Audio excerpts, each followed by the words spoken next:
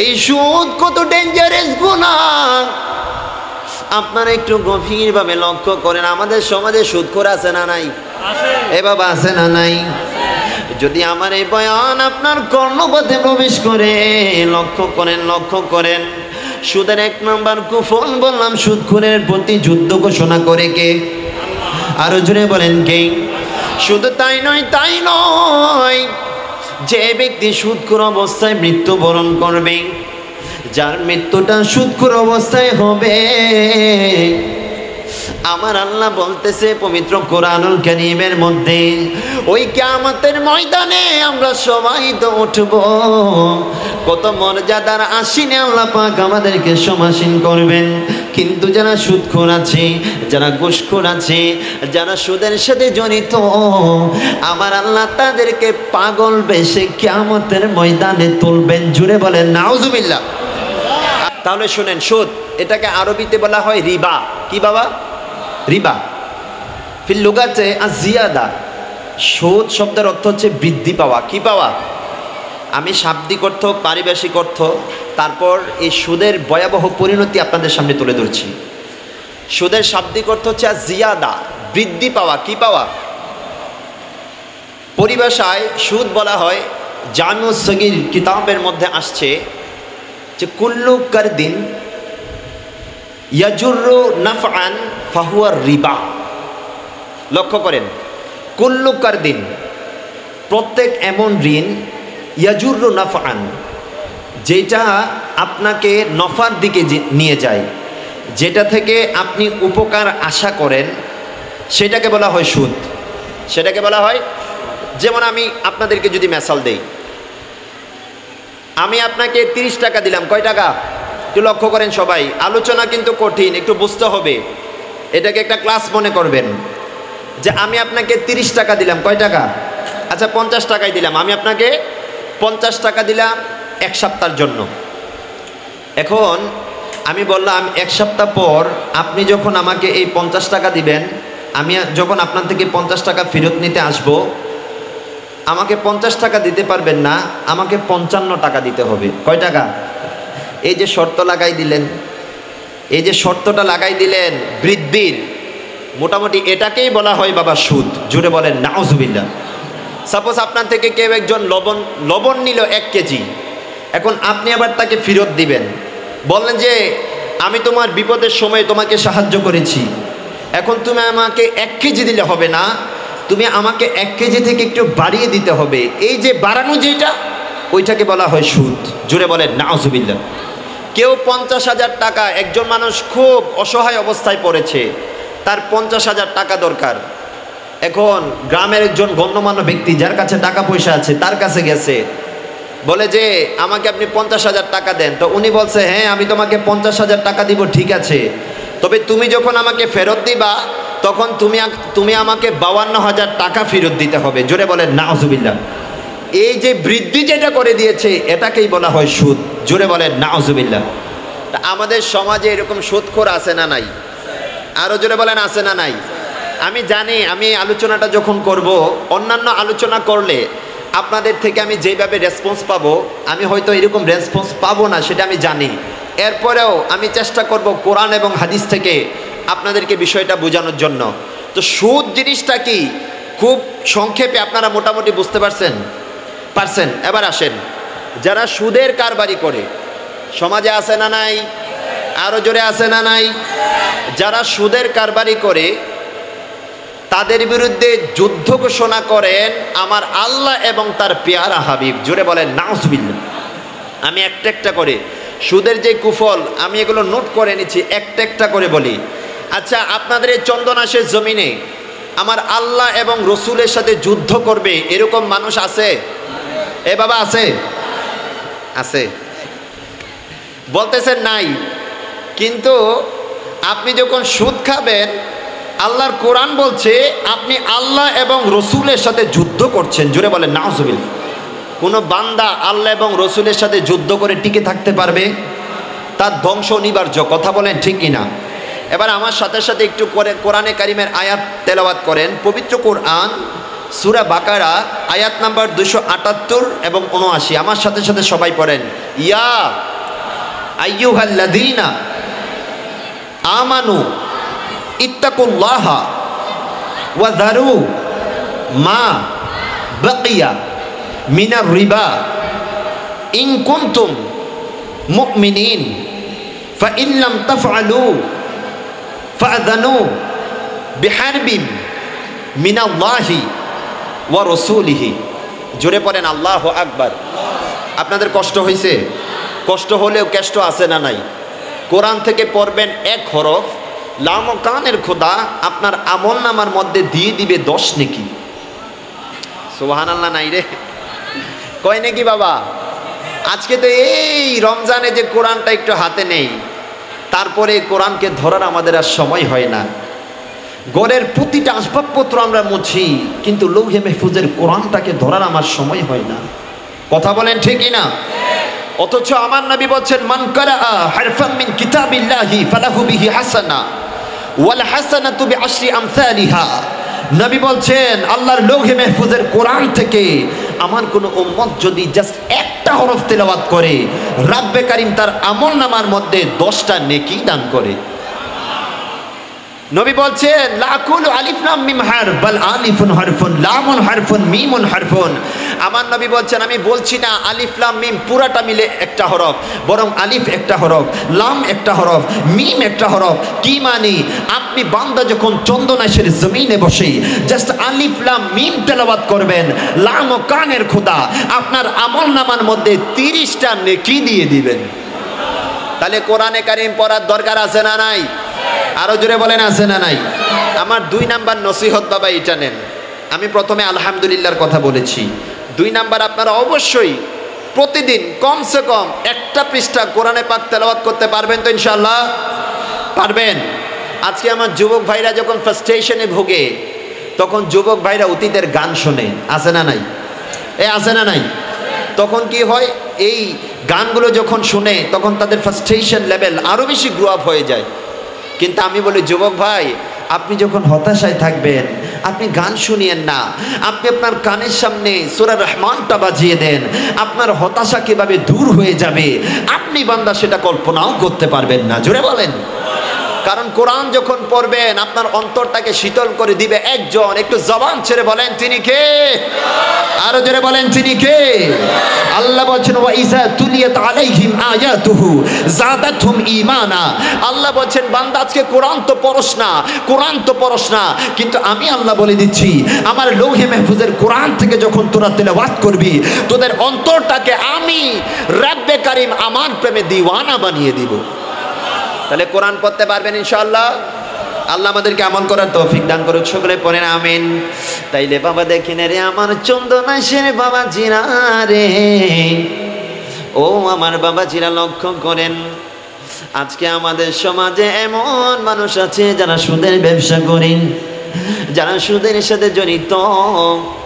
তারা যদি জানতো এই সুদ কেমন ডেঞ্জারাস, এই সুদের ভয়াবহ পরিণতি যদি তারা জানতো, জীবনে কখনো সুদের কারবার করতো না। কারণ যারা সুদ খায়, যারা সুদের কারবারের সাথে জড়িত, তাদের বিরুদ্ধে যুদ্ধ ঘোষণা করেছেন একজন। একটু জবান ছেড়ে বলেন না তিনি কে? আরো জোরে বলেন, তিনি কে? রাব্বে কারীম পবিত্র কোরআন সূরা বাকারা 278 এবং 79 নম্বর আয়াতের মধ্যে বলছেন, আমার আল্লাহ বলে, ইয়া আইয়ুহাল্লাযীনা আমানু, ওরে যারা ঈমান এনেছো, আরে ঈমানদারগণ, ও মুমিন বান্দারা, ইত্তাকুল্লাহ, আল্লাহকে ভয় করো। জোরে বলেন, জোরে বলেন না সুবহানাল্লাহ। আল্লাহকে ভয় করার দরকার আছে না নাই? আমার আল্লাহ বলে, বান্দারে বান্দা, ইত্তাকুল্লাহ, আমি আল্লাহকে তোমরা ভয় করো। ওয়াদারু মা বাকিয়া মিনার রিবা, যারা সুদের সাথে জড়িত আছো, যারা সুদের কারবারের সাথে জড়িত, আমি আল্লাহ বলে দিচ্ছি, ছেড়ে দাও, ছেড়ে দাও, সুদের কারবার ছেড়ে দাও। ইন কুনতুম মুমিনিন, যদি তুমি মুমিন হয়ে থাকো, তোমার কলবের মধ্যে যদি ঈমানের বাতি জ্বলে থাকে, আমি আল্লাহ বলে দিচ্ছি এতদিন হয়তো তুমি সুদের কারবারের সাথে জড়িত ছিলা, আমি আল্লাহ তোমাকে এখন থেকে বলে দিচ্ছি এই সুদ ছড়ে আমি আল্লাহকে তোমরা ভয় করো। জোরে বলেন, আরো জোরে বলেন না সুবহানাল্লাহ। আমার আল্লাহ বলে আমি আল্লাহ এই কথা বলার পর আমার যেই বান্দা সুদ ছাড়বে না তার বিরুদ্ধে আমি আল্লাহ কেমন ব্যবস্থা নিব। আমার আল্লাহ বলছেন ফা ইল্লাম তাফআলু, আমি আল্লাহ বলার পরেও আমার যেই বান্দা সুদ ছাড়বে না আমি আল্লাহ বলে দিচ্ছি ফাযানু, তোমরা প্রস্তুত হয়ে নাও বিহারবিম মিনাল্লাহি ওয়া রাসূলিহি। যারা আমি আল্লাহর ঘোষণার পরেও আমি আল্লাহ বলেছি সুদ খাওয়া যাবে না, সুদ দেওয়া যাবে না, সুদের কারবারের কোনো কিছুর সাথে তোমরা যুক্ত থাকতে পারবা না, এরপরেও যারা সুদ খাইবা, এরপরেও যারা সুদের সাথে জড়িত থাকবা, তোমাদের বিরুদ্ধে আমি এবং আমার রাসূল যুদ্ধ ঘোষণা করেছি। জোরে বলেন নাউজুবিল্লাহ। তাহলে আল্লাহর সাথে যুদ্ধ করে পারবেন? তাহলে এই পয়েন্টটা মনে রাখেন, যারা সুদ খান তাদের বিরুদ্ধে যুদ্ধ ঘোষণা করেন আল্লাহ এবং তার রাসূল। জোরে বলেন নাউজুবিল্লাহ। আল্লাহ আমাদেরকে এই সুদ থেকে হেফাজত করুক, সকলে পড়েন আমিন। কুদরত শরীফ পড়েন আল্লাহুম্মা।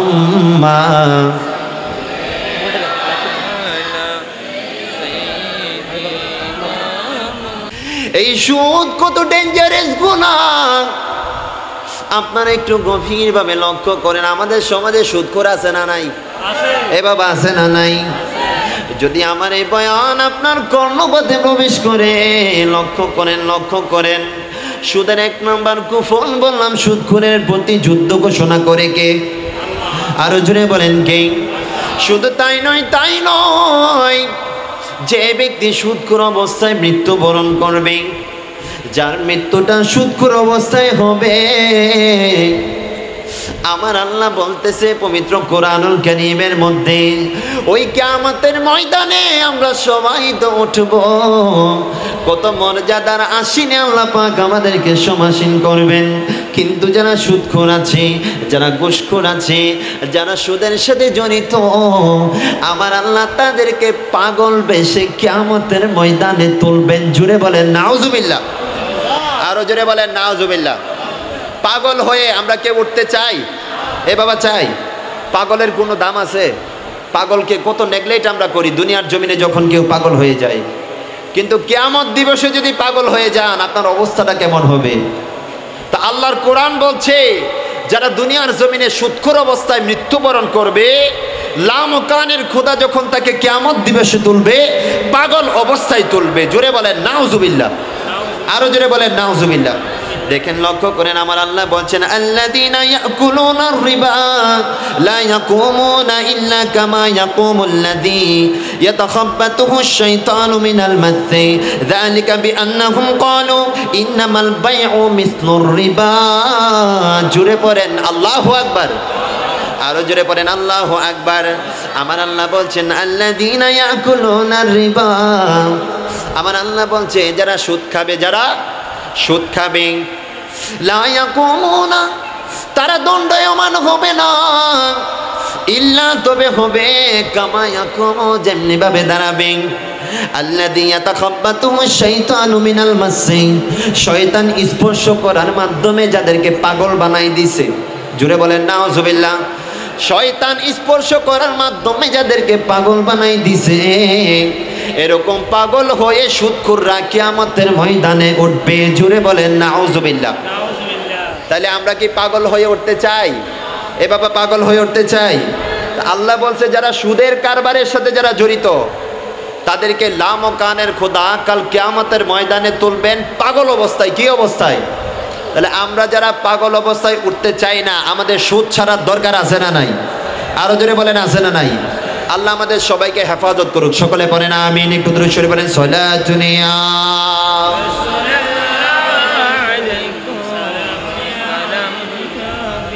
সালাতুন ইয়া রাসূলুল্লাহ আলাইকুম সালামুন ইয়া হাবিবাল্লাহ। এবার দেখেন সুদের 3 নাম্বার শাস্তি, গভীর মনোযোগ। দুনিয়াতে যারা সুদ খেয়ে যাবে কিয়ামতের ময়দানে তাদের অবস্থা কেমন হবে? কিয়ামতের ময়দানে তাদের গলার মধ্যে এভাবে টিপ দেওয়া হবে, গলার মধ্যে এভাবে চেপে ধরে শ্বাস রোধে যখন কাউকে হত্যা করা হয় কষ্ট আছে না নাই? আরো জোরে বলেন আছে না নাই? একটু লক্ষ্য করেন, যারা দুনিয়ার জমিনে সুদ খেয়ে যাবে কিয়ামতের ময়দানে তাদের গলাটা ধরা হবে, ধরার পর এই গলার মধ্যে এমনভাবে চাপ দেওয়া হবে, চাপতে চাপতে ওই ব্যক্তিকে শ্বাসরোধে হত্যা করা হবে। জোরে বলেন নাউজুবিল্লাহ। আমরা কি এই শাস্তি নিতে রাজি আছি? কেউ আসি বাবা? এটা কোথায় আছে? উমদাতুত তাফসীর প্রথম খণ্ড 330 নম্বর পৃষ্ঠার মধ্যে এই কথাটা আছে। আন আব্দুল্লাহ ইবনে আব্বাস রাদিয়াল্লাহু তাআলা, জোরে বলেন সুবহানাল্লাহ। আমার নবীর প্রাণপ্রিয় সাহাবী হযরতে সাইয়্যিদানা আব্দুল্লাহ ইবনে আব্বাস, নামটা মনে রাখবেন, যিনাকে রঈসুল মুফাসসিরিন বলা হয়। জোরে বলেন বাবা, আপনাদের আওয়াজ নাই, জোরে বলেন না সুবহানাল্লাহ। আপনারা ঝিমাই গেছেন। সুদের ওয়াজ এশকের, আমি জানি যখন এশকের আলোচনা আসলে এমনিতে আপনাদের আওয়াজ বের হবে, এরপরেও আমাকে একটু প্রাণবন্ত রাখতে আপনারা আওয়াজ দিতে পারবেন কি পারবেন না? পারবেন কি পারবেন না? দেখেন, আমি বলছি আব্দুল্লাহ ইবনে আব্বাস রাদিয়াল্লাহু তাআলা আনহুর কথা, যিনাকে রঈসুল মুফাসসিরিন বলা হয়। ওনার বয়স মাত্র 13 বছর। কত? আরো জোরে। 13 বছর বয়সে উনি এই লকব পেয়ে যান। অন্যান্য সাহাবীদের মনে প্রশ্ন, আরে আমরা নবীজির এত প্রবীণ সাহাবী, আমরা রঈসুল মুফাসসিরিন, মুফাসসিরিনের সম্রাটের এই লকব তো আমরা পেলাম না, কিন্তু 13 বছর বয়সী আব্দুল্লাহ ইবনে আব্বাস রঈসুল মুফাসসিরিন হয়ে গেলেন, মুফাসসিরদের সম্রাট হয়ে গেলেন কিভাবে? কিভাবে? কামলিওয়ালা নবীজির দরবারে যখন এই প্রশ্ন করলেন, আমার কামলিওয়ালা নবীজি বললেন, এই জগতের মানুষ তোমরা শোনো, এই আমার সাহাবীরা শোনো, আব্দুল্লাহ ইবনে আব্বাস এমনিতেই রঈসুল মুফাসসিরিন হয় নাই। আব্দুল্লাহ ইবনে আব্বাসের মধ্যে এই কোয়ালিটি, এই কোয়ান্টিটি, এই কোয়ালিটি গুণটা আছে বিদায় সে 13 বছর বয়সে মুফাসসিরদের সম্রাট হয়ে গেছে। জোরে বলেন, আরো জোরে বলেন সুবহানাল্লাহ। আমার নবী বললেন, তোমরা কি প্রমাণ চাও কেন তাকে রঈসুল মুফাসসিরিন বলা হয়? সাহাবায়ে কেরাম বলল, হ্যাঁ ইয়া রাসূলুল্লাহ চাই। তখন আমার কামলিওয়ালা নবীজি পবিত্র কোরআনুল কারীমের একটা আয়াতে কারিমা দিলেন, বলেন যে এই আয়াতের তাফসীর তোমরাও করবা এবং এই আয়াতের তাফসীর আমার আব্দুল্লাহ ইবনে আব্বাসও করবে। তখন আমার কামলিওয়ালা নবীজি পবিত্র কোরআনুল কারীমের সূরা নাসর, ইজা জাআ নাসরুল্লাহি ওয়াল ফাত ওয়া রাআইতান্না সায়াদখুলুনা ফি দীনিল্লাহি আফওয়াজা, জোরে পড়েন আল্লাহু আকবার। আমার নবী বলেন, হে সাহাবীরা, এই আয়াতের তাফসীর আমার আব্দুল্লাহ ইবনে আব্বাসও করবে, তোমরাও করবে। এখান থেকে প্রমাণ হয়ে যাবে আমার আব্দুল্লাহ ইবনে আব্বাস কেন রঈসুল মুফাসসিরিন, আমার আব্দুল্লাহ ইবনে আব্বাসের তাফসীর কেন সর্বশ্রেষ্ঠ, এখান থেকে প্রমাণ হয়ে যাবে। আমার নবী ডাক দিয়ে বলে, ও আমার সাহাবীরা, তোমরা একটু তাফসীর করো। তখন সাহাবীরা এই আয়াতের তাফসীর করতে লাগলো।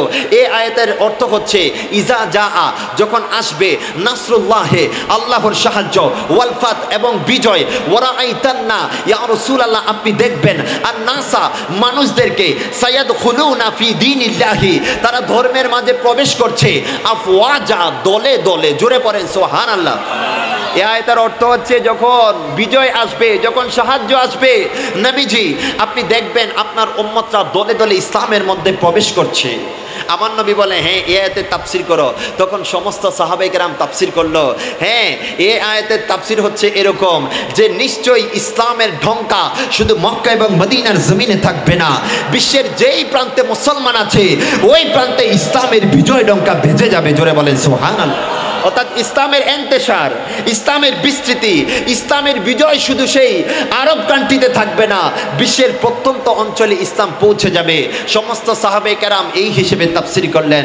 এবার আমার নবী বলেন, এ আব্দুল্লাহ ইবনে আব্বাস, দেখি তুমি এই আয়াতের তাফসীর করো। আব্দুল্লাহ ইবনে আব্বাস যখন এই আয়াতের তাফসীর করতে গেলেন, তখন আব্দুল্লাহ ইবনে আব্বাসের দুই চোখ বেয়ে বেয়ে টক টক করে পানি পড়ছে, গড়গড়িয়ে পানি পড়ছে। আমার কামলিওয়ালা নবী বলছে, এরে আব্দুল্লাহ ইবনে আব্বাস, তুমি কাঁদো কেন, কাঁদো কেন? তখন আব্দুল্লাহ ইবনে আব্বাস বলে, ইয়া রাসূলুল্লাহ, এই আয়াতের অন্তর্নিহিত সত্য তো আমি অনুধাবন করে ফেলেছি। আল্লাহ বলছে, যখন সাহায্য আসবে তখন মানুষ দলে দলে ইসলাম প্রচার করে ফেলবে, মানুষ ইসলামের দিকে চলে আসবে।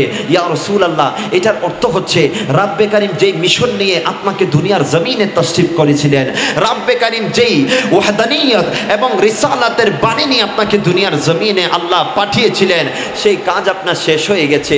সেই কাজ শেষ হয়ে গেছে, আপনি নবী খুব অতি শীঘ্রই আল্লাহর দরবারে চলে যাবেন। ইয়া রাসূলুল্লাহ, এই কথাটা যখন আমার মনে হয়েছে, এই জন্য আমি আব্দুল্লাহ ইবনে আব্বাসের চোখ দিয়ে গড়গড়িয়ে পানি পড়ছে। জোরে বল, আরো জোরে বলেন সুবহানাল্লাহ। দেখেন সমস্ত সাহাবীরা তাফসীর করলো কি, আর আব্দুল্লাহ ইবনে আব্বাস তাফসীর করলো কি। তখন আমার নবী বলছেন, এ সাহাবীরা, আর কোনো প্রশ্ন আছে? আমার আব্দুল্লাহ ইবনে আব্বাস যে রঈসুল মুফাসসিরিন, আর কোনো প্রশ্ন আছে?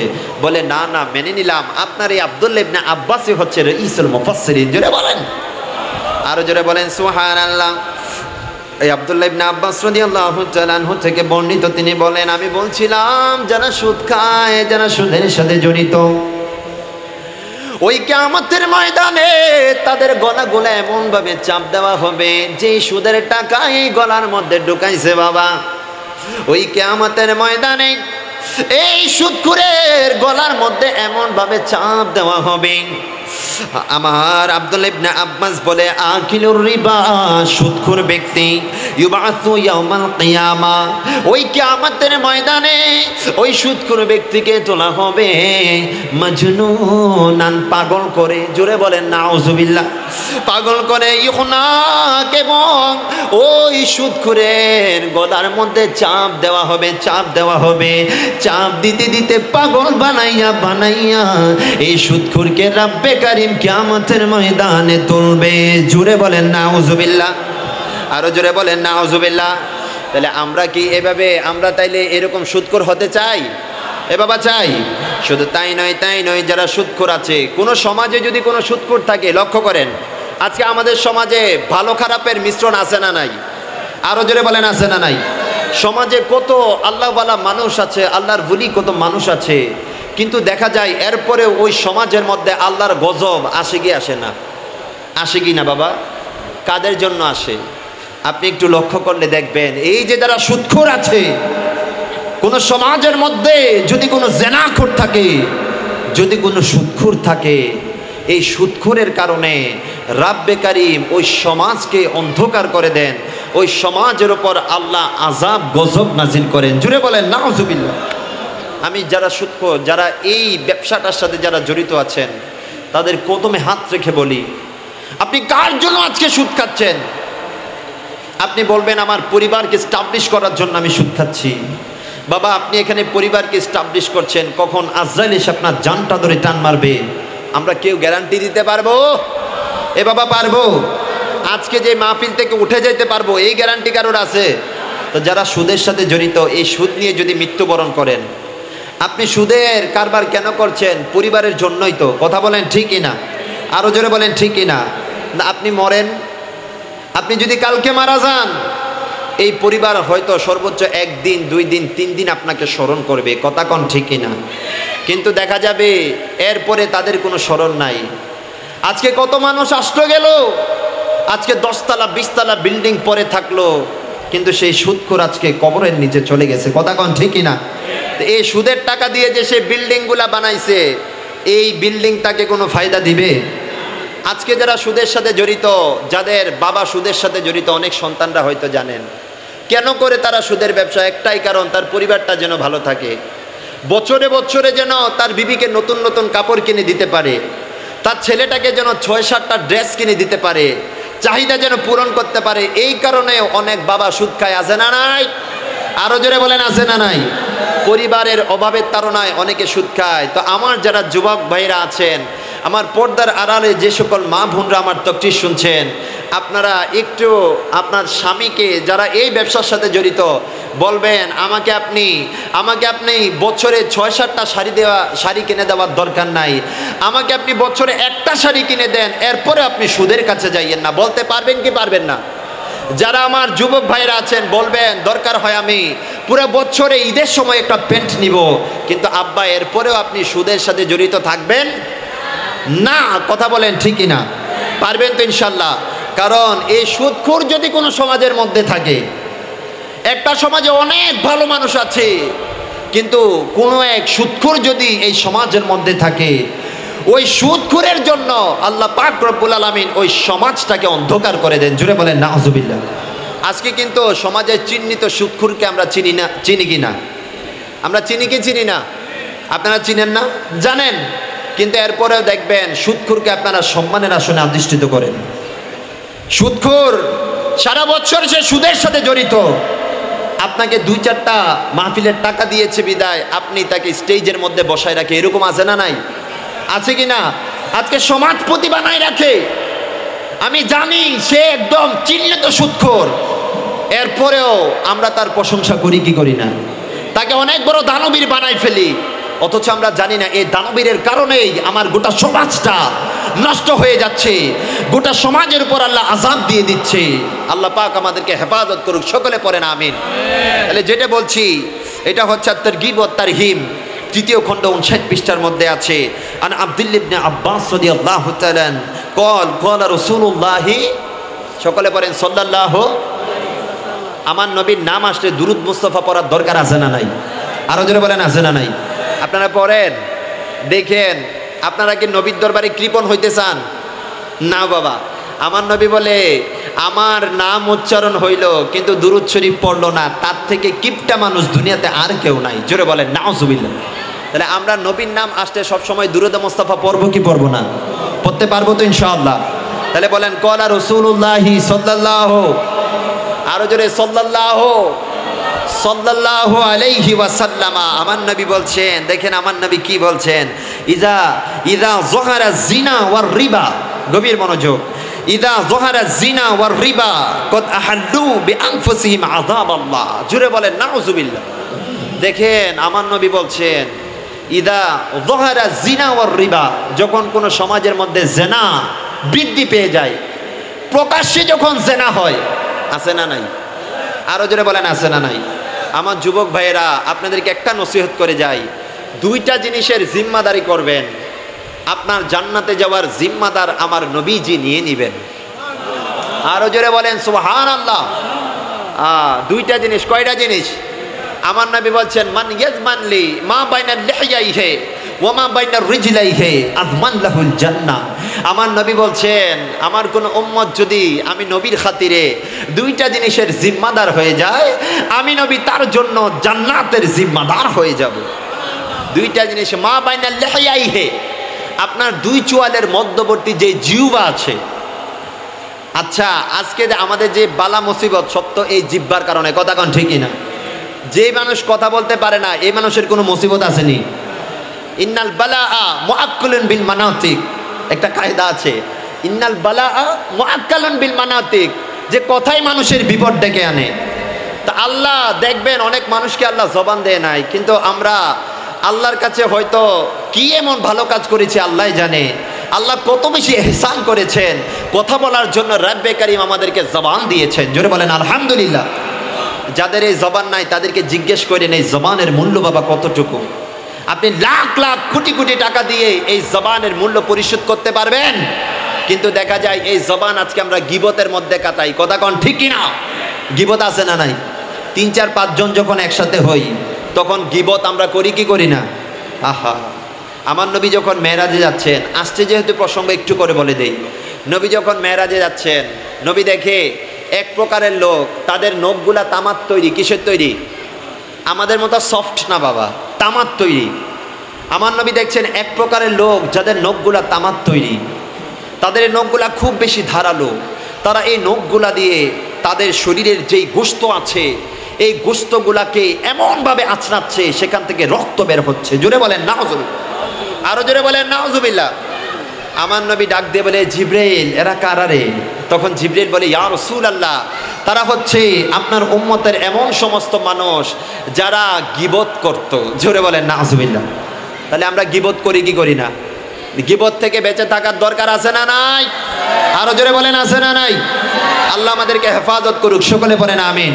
তো আমার নবী বলছেন মা বাইনা লিহইয়াইহি, এই 2 চোয়ালের মধ্যবর্তী যে জিহ্বা আছে, ওয়ামা বাইনা রিজলাইহি, 2 পায়ের মধ্যবর্তী যে লজ্জাস্থান আছে, এই 2টা জিনিসকে যে ব্যক্তি হেফাজত করবে, উম্মত আমার শোনো, আসবাল্লাহুল জান্নাহ, আমি কামলিওয়ালা নবীজি তার জন্য জান্নাতে যাওয়ার জিম্মাদার হয়ে যাব। জোরে বলেন। যেখানে নবী আমাদেরকে ওয়াদা করছেন জান্নাতে নেবেন, সেখানে আমরা খুশি না নারাজ? তাহলে আমরা এই 2টা জিনিসের হেফাজত করতে পারবো কি পারবো না? তাহলে আমার নবী বলছেন একটা সমাজের মধ্যে কখন বাবা দুঃখ দুর্দশা নেমে আসে। আমার নবী বলছেন ইজা যহারা জিনা, যখন সমাজের মধ্যে জেনা প্রকাশ পায়, ওয়ার রিবা, এবং সমাজের মধ্যে যখন সুদ প্রকাশ পায়, তখন কদ আহাল্লু বিআনফুসিহিম আযাব আল্লাহ, তখন ওই এলাকার লোকরা তাদের উপর হালাল করে নেয়, ওই এলাকার লোকরা তাদের উপর হালাল করে নেয় আযাব আল্লাহ, আমার আল্লাহ তাআলার আযাব। আল্লাহ তাদেরকে আযাব দিতে চায় না, কিন্তু তারা এই সুদের কাজ কারবার করে নিজেরাই নিজেদের জন্য আযাব ডেকে আনে। জোরে বলেন নাউজুবিল্লাহ। তারা সুদ খায়, সুদের তো অনেক প্রকার শাস্তি আছে, কিন্তু সুদের সর্বনিম্ন শাস্তি হচ্ছে আপন মায়ের সাথে জেনা করা। জোরে বলেন নাউজুবিল্লাহ। জাস্ট ইমাজিন, আপনি একটু কল্পনা করেন, আর যারা সুদ খান, যারা সুদের সাথে জড়িত, তাদের পরিণতি কত ভয়াবহ।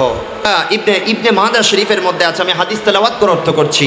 আন আবি হুরায়রা রাদিয়াল্লাহু তাআলা আনহু قال قال রাসূলুল্লাহ সাল্লাল্লাহু, সকলে পড়েন সাল্লাল্লাহু আলাইহি ওয়াসাল্লাম, আমার নবীজি বলছেন লিররিবা 70 জুজআন আইসারুহা আইয়ানকিহা রাজুলু উম্মাহ। জোরে বলেন নাউজুবিল্লাহ। দেখেন বাবা, গভীর মনোযোগ। যারা সুদ খায়, যারা সুদের সাথে জড়িত, আমার নবী আপনাদেরকে আর কিভাবে সতর্ক করবেন, আর কিভাবে সতর্ক করবেন। আমার নবীজি বলছেন লিররিবা 70 জুজআ, আমার নবী বলছেন রিবার 70টা শাস্তি আছে। কয়টা? আরো জোরে বলেন কয়টা?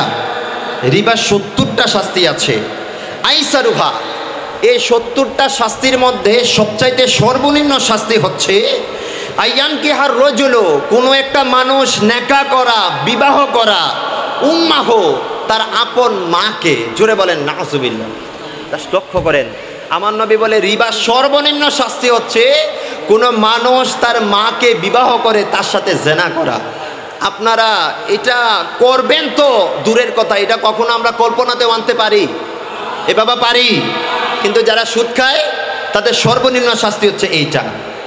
আরেক হাদিসের মধ্যে বলছে যে এই আপনার সুদ খাওয়া মানে আপনার সিত্তাতি ওয়া সালাসিনা জিনা, 36টা জেনা করলে যেই অপরাধ, আপনি যদি সুদ খান আপনার এরকম অপরাধ। জোরে বলেন নাউজুবিল্লাহ।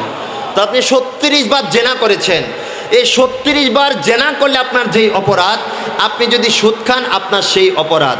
তো এই যে আলোচনা হয়েছে, আল্লাহ যেন এই সুদ থেকে, যেটা আমাদের সব কিছুকে ধ্বংস করে দেয়, যেটা আমাদের কবরের জন্য আযাবের কারণ হবে, যেটার জন্য আমরা কাল কিয়ামতের ময়দানে পাগল বেশে উঠব, যেটার কারণে আমরা রক্তের নদীতে সাঁতার কাটতে থাকব, যেটার কারণে আমাদের এই গলার মধ্যে চেপে চেপে আমাদেরকে শ্বাস সুদে হত্যা করা হবে, যেটার কারণে আমাদের পেটের মধ্যে সাপ দেওয়া হবে, এরকম ডেঞ্জারের সুদ থেকে আল্লাহ পাক আমাদের ব্যক্তিকে, এই সমাজকে যেন হেফাজত করে। সকলে পড়েন আমিন।